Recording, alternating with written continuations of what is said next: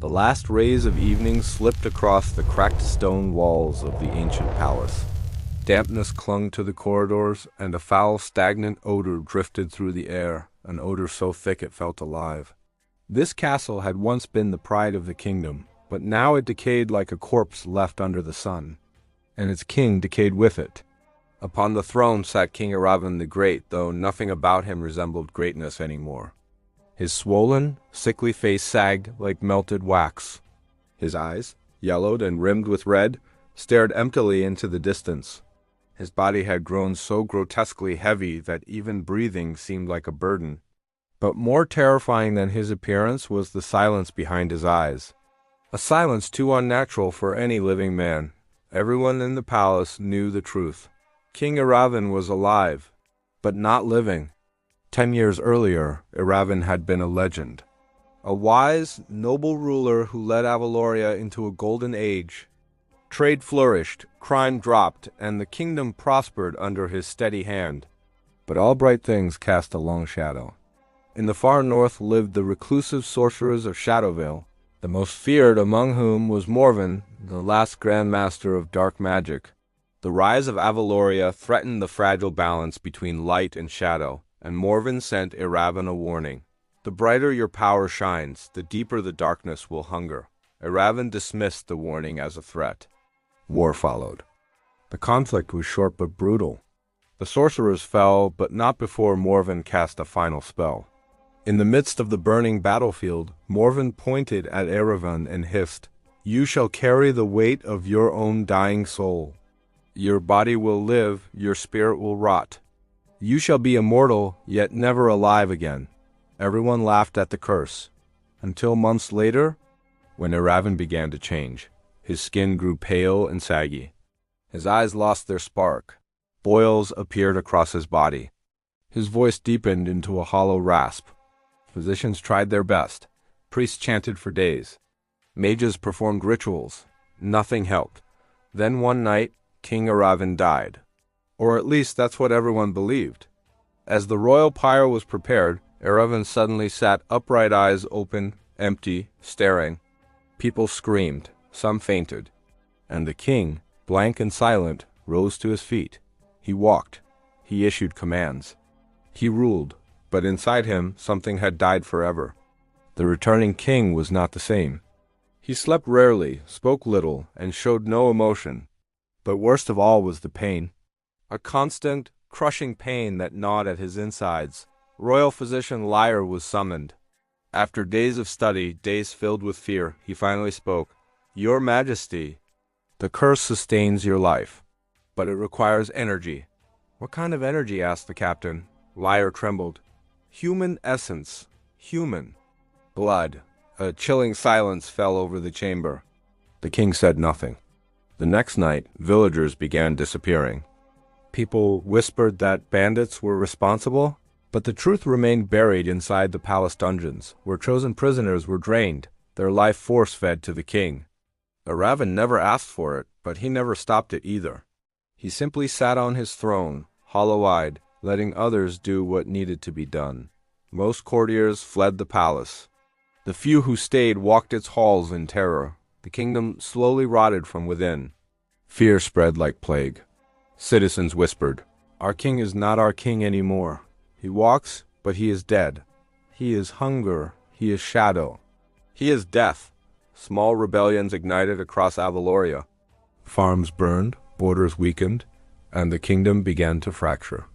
But killing the king was impossible. Every arrow, every blade, every fire failed the curse protected him. Among the rising chaos appeared a young sorceress, Lysandra, a former apprentice of Morven himself. She had studied forbidden magic, and she knew what the others didn't. "You cannot kill an immortal curse," she told the rebels.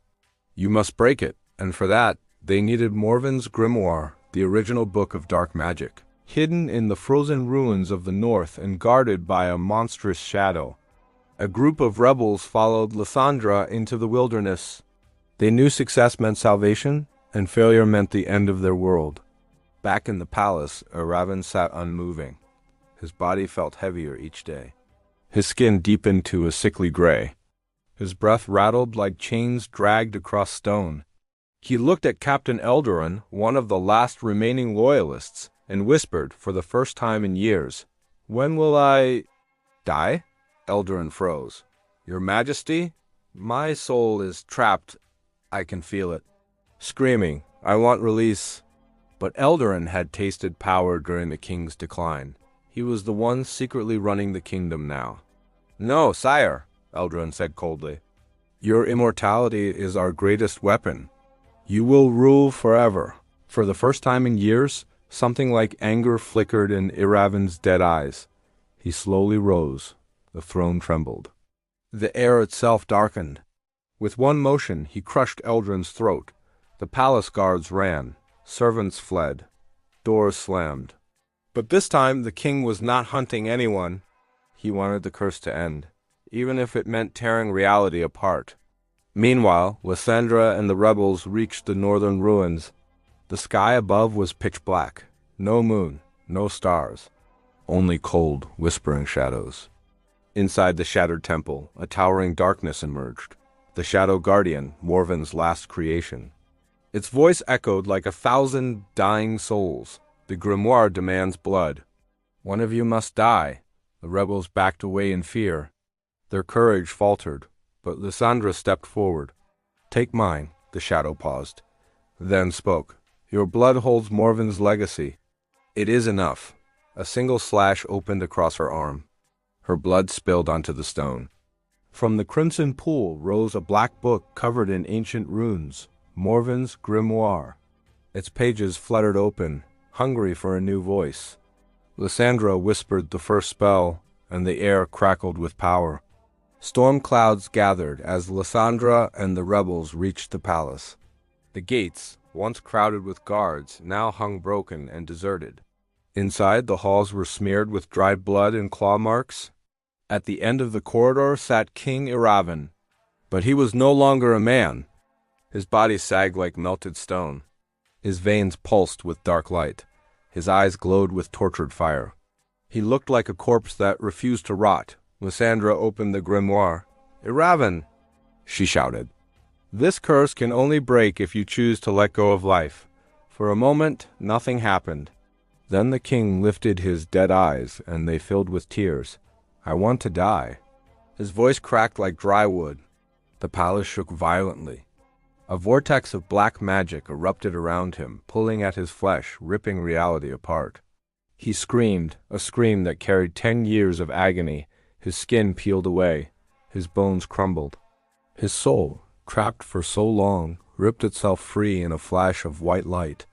When the darkness settled, only a golden crown remained on the throne. The curse had ended. The king was finally dead. Avaloria slowly healed. The rebels restored order. Lysandra became guardian of the realm, feared yet respected for her power and sacrifice. The grimoire was sealed again and returned to the frozen ruins where it could trouble no one. But though peace returned, one mystery lingered.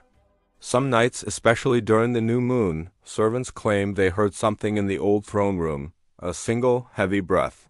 Tired, hollow, as if a weary king still sat there, dragged down by invisible chains, trying to repent for sins that were no longer his. A cursed echo, whispering through time.